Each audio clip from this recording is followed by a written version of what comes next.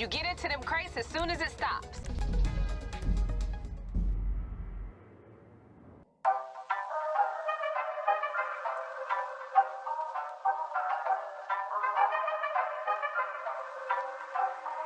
Don't you just love 48 seconds of just straight deaths in the beginning of my videos? It's like my trademark or something. But yeah, this mission is pure BS if 1, you don't have help, and if 2, your partner doesn't know what he's doing, or I guess if you don't know what you're doing. So welcome to the slaughter. That is the Tuners Update episode 3. As you can guess from the beginning of this video, that is every single death from the beginning to end. So yeah, you got a nice sneak peek of how this is going to play out. The setup missions are actually really easy, but the finale is ridiculously hard. I can't even explain how hard it is. I mean, if you're really good at driving and shooting, then by all means, but I did this one time, and this is the only time that I'm going to be doing this particular one. The only reason I did it was to get the first time bonus of $75,000. Not worth it. But whatever, it's $75,000 that I didn't have before, so let's move on.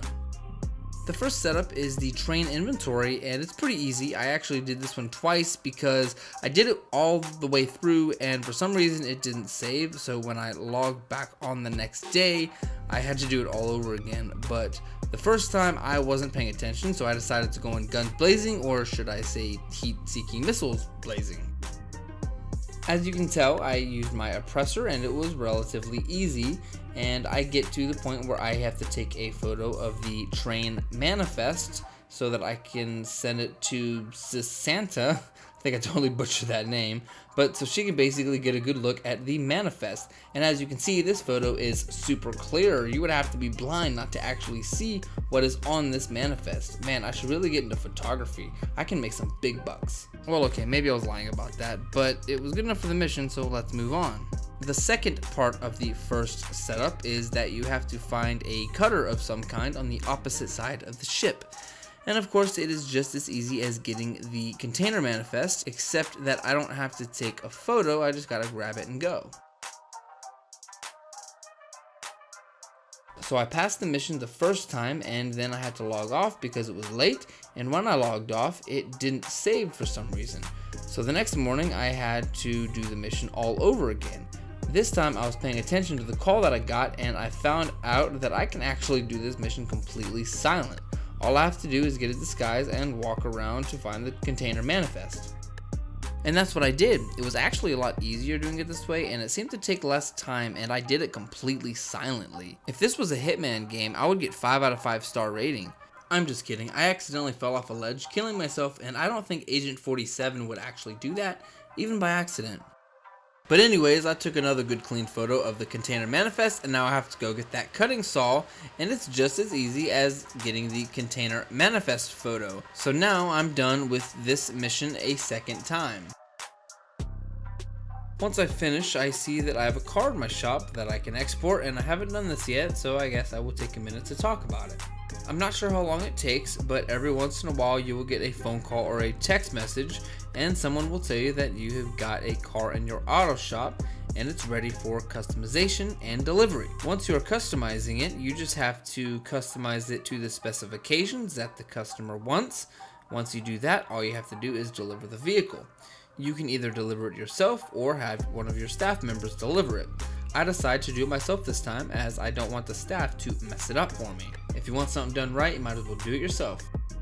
As long as you deliver the car without taking any damage, you will get the full $65,000. If one of your staff members deliver it, you have the chance of them damaging it, and you will get less money. But I haven't done that yet, so the next time there's a car, I will let a staff member deliver it, and I will see what happens. I just realized while I made this recording that I actually said $65,000. It's actually $60,000. My fault. But I do deliver the car without a scratch, and is it really worth $60,000? Because I mean, it automatically costs $35,000 to actually customize the vehicles. So really you're making like a $25,000 profit actually. And I truly don't know if it's a great way of making money, but hey, it's there. I mean, it's just a good way to vary things up, I guess, do something different with your time. But let's get back to the mission at hand. Next up, we have the train schedule. This one goes pretty smoothly. There's nothing really quirky or funny that I can actually say about this one because nothing quirky or funny happens. The only thing that really happens is that I need to find and take a picture of the train. Well, I found it and took a picture of it, but it wasn't close enough, so that's kind of funny, I guess. The first one didn't work because I wasn't close enough. It's not like they can't see a big train there. After that's done, I had to take a picture of a brake cylinder. Then I had to go and get the actual train schedule. And like I said, it was pretty easy. I did try to go silently, but it's not like the Cayo Perico. You can't be silent, and I ended up getting caught immediately after shooting the guy in the head. I did die once, and I decided to snipe the guy that killed me, and I collected the train schedule as well as an action figure. 32 out of 100, I really should get on that. As I'm heading back to the auto shop, I noticed that I'm being followed by choppers. I don't like being followed, so I turned around to deal with it. It looks like they only spawn 3 times, and after that, they leave you alone. Mission complete, $10,000 in the bank. Now, there's nothing special with this one at all. I'm actually going to speed this up about 1000% because the entire recording is like an hour and 45 minutes. And I couldn't get past it. I mean, you can imagine I tried every single angle with this. I tried doing what the game initially wanted, which is shooting 4 brake cylinders as I drove down the road like a madman. But I'm actually not great at shooting and driving. In fact, I suck. I can't even sugarcoat it, man. Like, I was horrible. Playing this finale is a lot like thinking you want a meerkat for a pet. They're so cute and playful, even more than a dog actually. But then you realize you can't own one as a pet in the United States because 1, they're illegal to own in the United States, and 2, they drink their own pee. So yeah. This mission, you think it's going to be fun and easy because the 2 setups were fun and easy. But when you get to the finale, you're ready to quit Grand Theft Auto altogether and never play this game again. I was seriously ready to quit. I even tried using sticky bombs to blow up the cylinders because I figured the train will be fine because, come on, it's a train. They're indestructible pretty much. But nope, the most I ever got was like 2 at a time, but I would still have to shoot the other 2 cylinders. I even tried waiting for the train to actually get to the destination, which that in itself is a chore because it actually takes 10 minutes real time for the train to reach its destination, and it felt like it took ages. But when I finally got there, I still couldn't get past it because there was a lot of people to kill and it was a lot to take on by yourself, especially if you suck at shooting and driving. I even tried to get a vantage point and use a sniper. That wasn't actually as bad as I thought it would be, but I still ended up dying a bunch of times and it just took so long. Until finally, my saving grace arrived. I was literally 1 more try away from quitting when I get this message from It's Blade 451.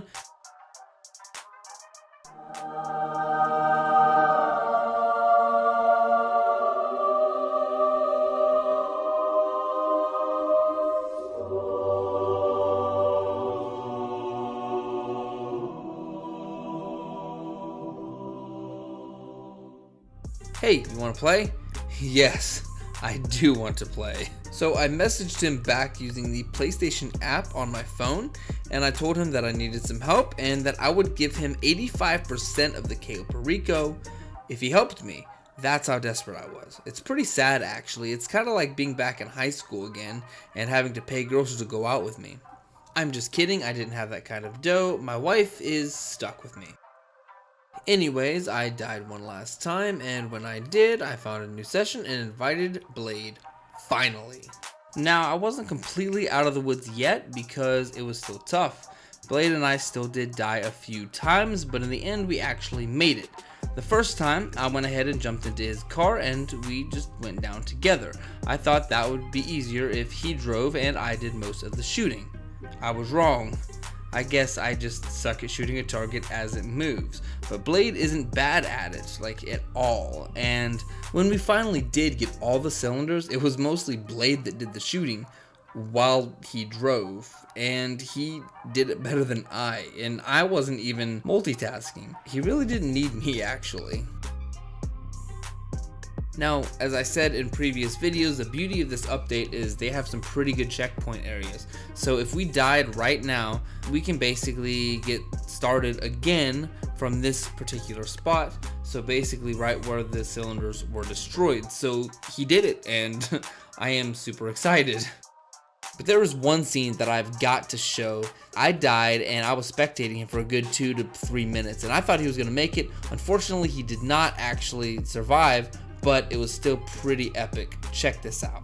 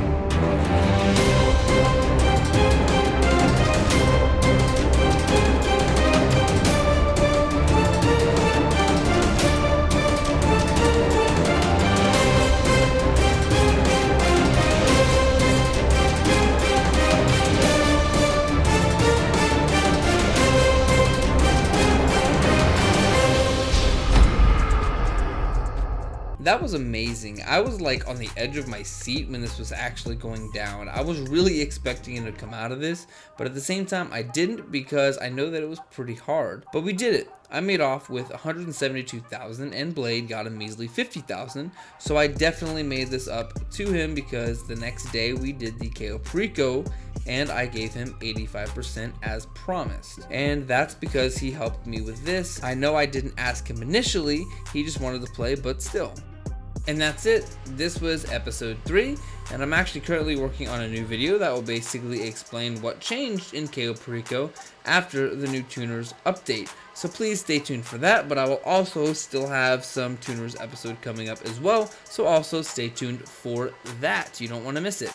Thank you so much for watching, and if you enjoy content like this and want to stay notified about future content, please subscribe to my channel and help me out by smashing the like button. I've also opened up a Patreon page as well, so whoever would like to support my channel on Patreon, you may also do that as well. Anything helps, and I hope you guys have an amazing day or amazing week, and I will see you guys in the next one. Peace!